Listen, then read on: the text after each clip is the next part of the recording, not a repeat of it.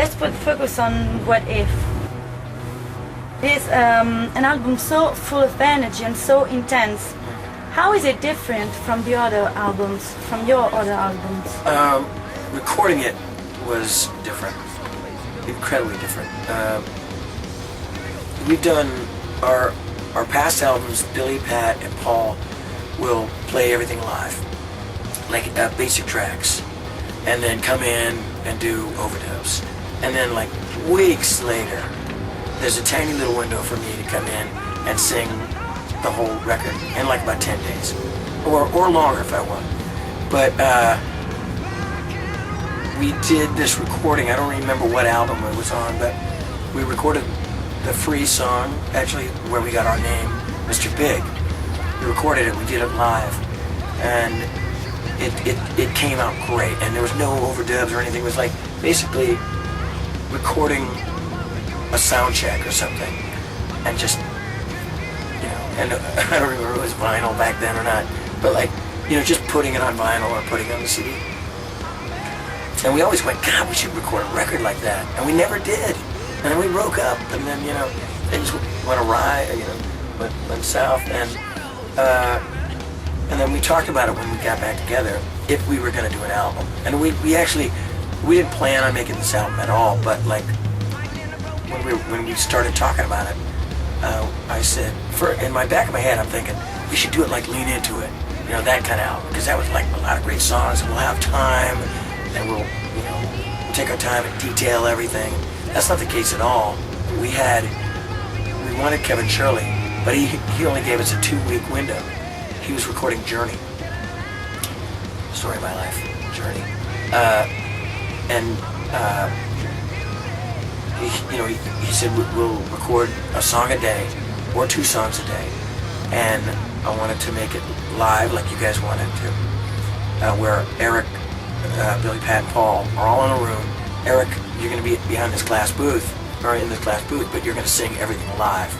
It's not going to be Pro Tools magic, or, you know, cutting tape, or making, you know, doing any tomfoolery, trickery kind of stuff.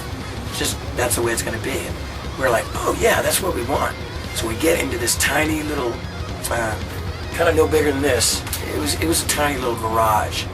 It was a recording studio called The Village in LA.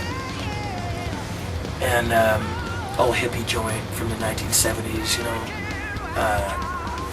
the Ghosts in the Machine in that place. I mean, the Rolling Stones recorded a lot of their records there. And it was just a great vibe, but it was tiny, and we were all pushed together. This, you know, we never really, when we recorded our early records, when they would do their basic tracks, drums, Pat would be in the big room, Billy would be over here, Paul would be over here. We had some glass booth, and never together at the same time. You know, I'd be sitting on the couch reading War and Peace or something, waiting for them to fucking hurry up. And on this one, we were all crammed in this room. I remember a couple times that Pat's cymbals kind of bashed against the glass, and we were like, oh, stop! And we had to move the cymbals. And you could see Pat and Billy just, you know, fucking guitar picks flying, wood chips from the drums. It was really cool, but it was crazy because, like, the first day we recorded "I Won't Get in My Way," the song that I wrote, and it was so magical to see us back in the studio again. And like, even before I walked into the studio, Billy goes, "Hey, I like your song, man. Thanks a lot." And I was like, "Fucking all right." And so we record it, and we record it like we do like 5 or 6 takes, and we take a break, and there's no pre-production or anything. It's like we spent about a month writing the stuff, but not really jamming it out. They kind of jammed it out, but I didn't. I live in San Francisco. It was like a weird. It was a really hurry up record, and sorry, I'm all over the place. I'm kind of excited because this is a great question. We did the song, like 6, 7 times, whatever. Took a break, did it another couple times, then went home. not like worked all the way to 3 o'clock in the morning or busted our hump on it. And then next day, did another song. And I was like, I forgot about the band meeting that we had earlier, and I go, Kevin, there's a couple things I want to fix on the record. And I go, and lyrical things. And he goes, tough shit, I think he said. Tough shit. You're not doing it with a South African accent, which I can't do right now.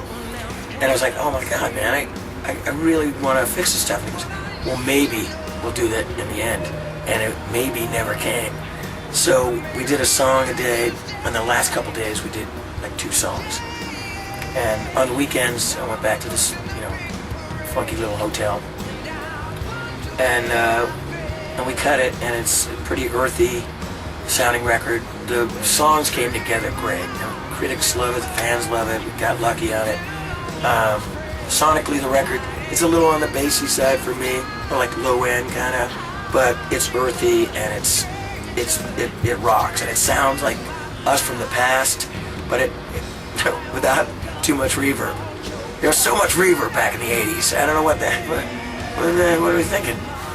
But it's definitely a raw and energetic and edgy kind of record.